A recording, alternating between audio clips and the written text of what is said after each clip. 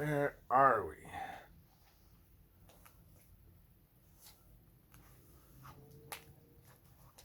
Practicing yoga in the age of quarrel.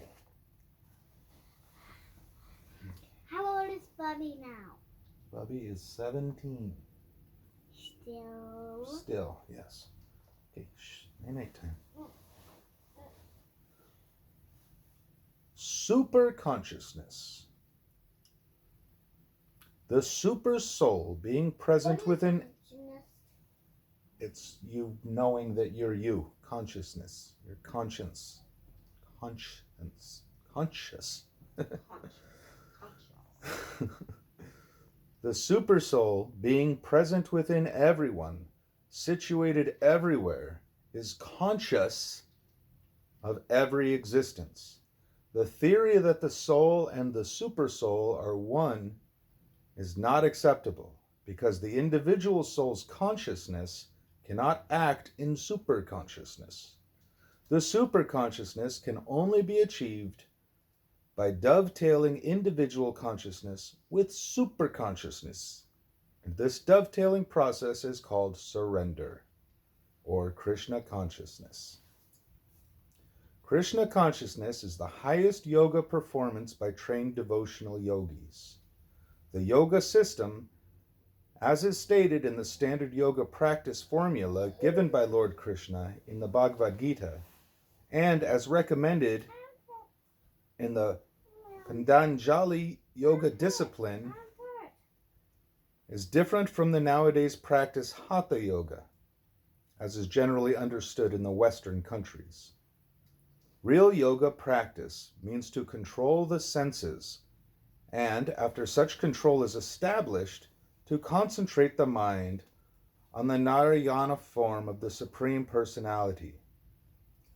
Lord Krishna is the original absolute personality, the Godhead, and all the other Vishnu forms with 4 hands decorated with conch, lotus, club, and wheel are planetary expansions of Krishna. What?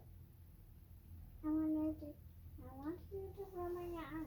Well, that's what I'm trying to do. In the Bhagavad Gita, it is recommended that we should meditate upon the form of the Lord. For practicing concentration of the mind, one has to sit down in a secluded place, sanctified by a sacred atmosphere. And the yogi should observe the rules and regulations of brahmachari, to live a life of strict self-restraint and celibacy. No one can practice yoga in a congested city, living a life of extravagance, including unrestricted sex, indulgence, and adultery of the tongue. We have already stated that yoga practice means controlling the senses, and the beginning of controlling the senses is to control the tongue. You cannot allow the tongue to take all kinds of forbidden food and drink, and at the same time improve in the practice of yoga.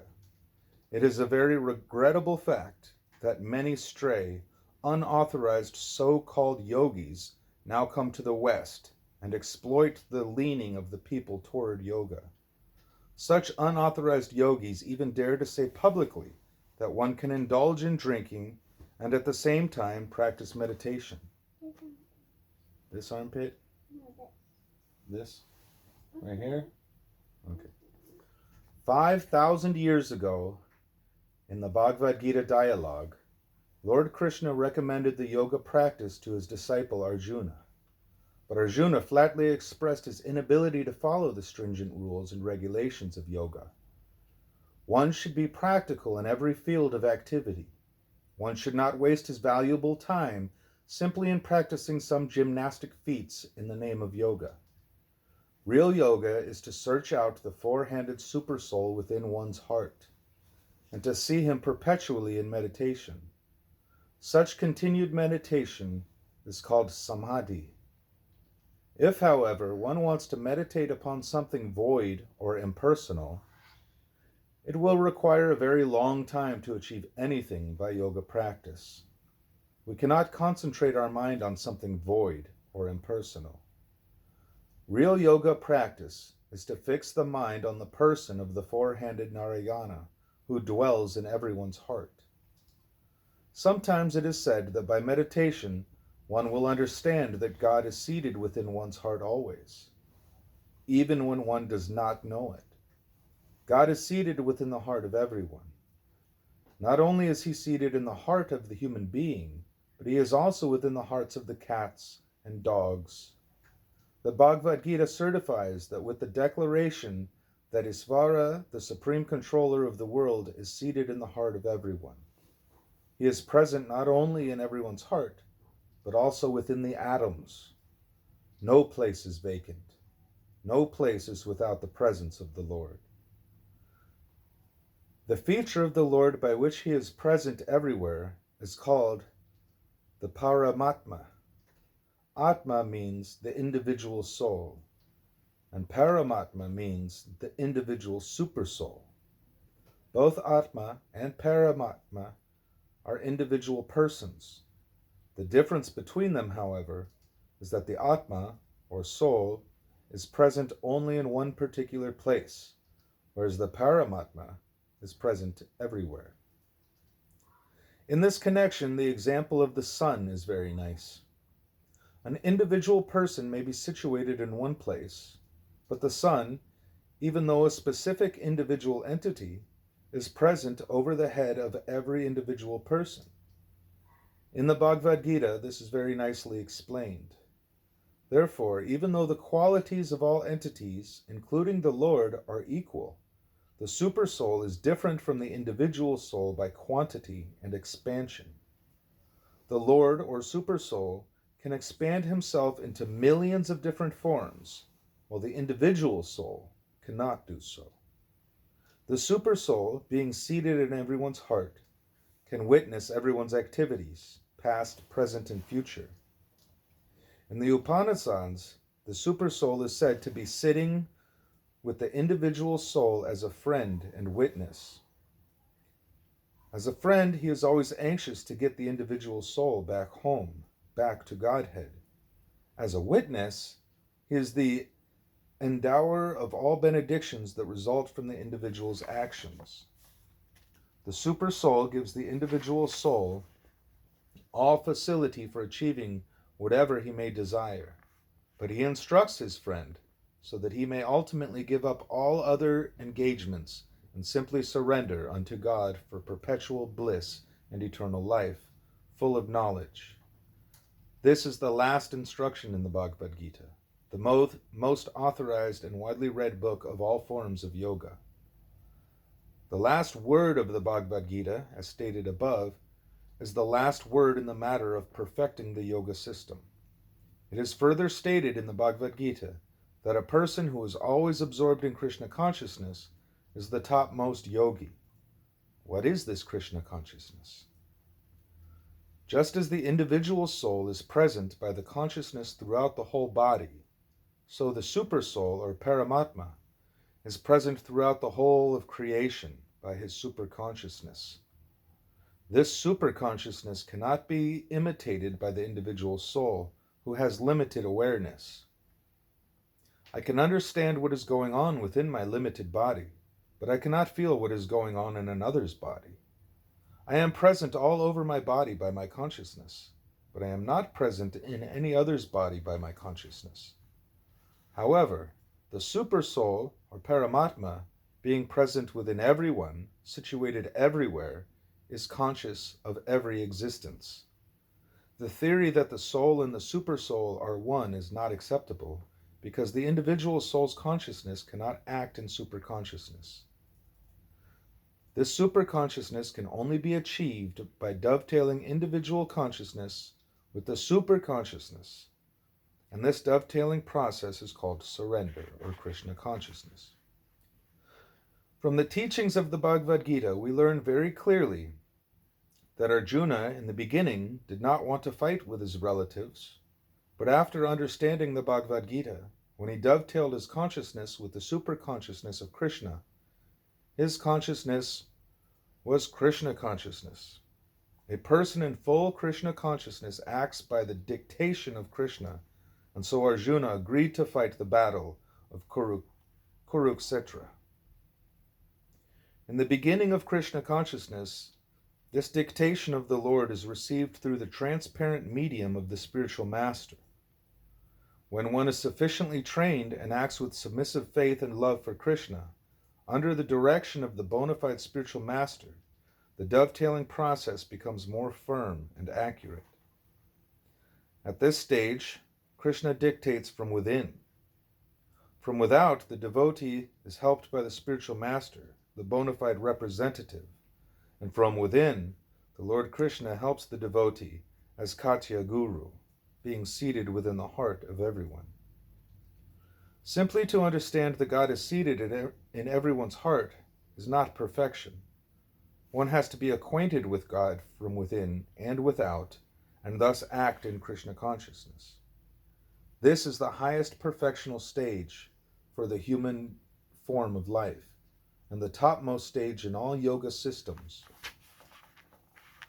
For a perfect yogi, there are 8 kinds of super achievements. One can become smaller than an atom. One can become bigger than a mountain. One can become lighter than the air. One can become heavier than any metal. One can achieve any material effects he likes, create a planet, for example.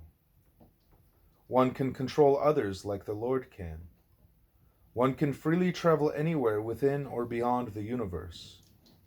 One can choose his own time and place of death and take rebirth wherever he may desire. But when one rises to the perfectional stage of receiving dictation from the Lord, one is above the stage of the material achievements above mentioned. The breathing exercise of the yoga system, which is generally practiced, is just the beginning of the system. Meditation on the Supersoul is just a step forward. Achievement of wonderful material success is also only a step forward. But to attain direct contact with the Supersoul and to take dictation from him is the highest perfectional stage. The breathing exercises and meditational practices of yoga are very difficult in this age. They were difficult even 5,000 years ago, or else Arjuna would not have rejected the proposal of Krishna. This age of Kali is called a fallen age. At the present moment, people in general are short-living and very slow in understanding self-realization or spiritual life. They are mostly unfortunate, and as such, if someone is a little bit interested in self-realization, he is misguided by so many frauds. The only actual way to realization of the perfect stage of yoga is to follow the principles of the Bhagavad Gita as they were practiced by Lord Chaitanya Mahaprabhu. This is the simplest and highest perfection of yoga practice. Lord Chaitanya practically demonstrated Krishna consciousness yoga simply by chanting the holy names of Krishna as they are mentioned in the Vedanta, the Srimad Bhagavatam, and many important Puranas.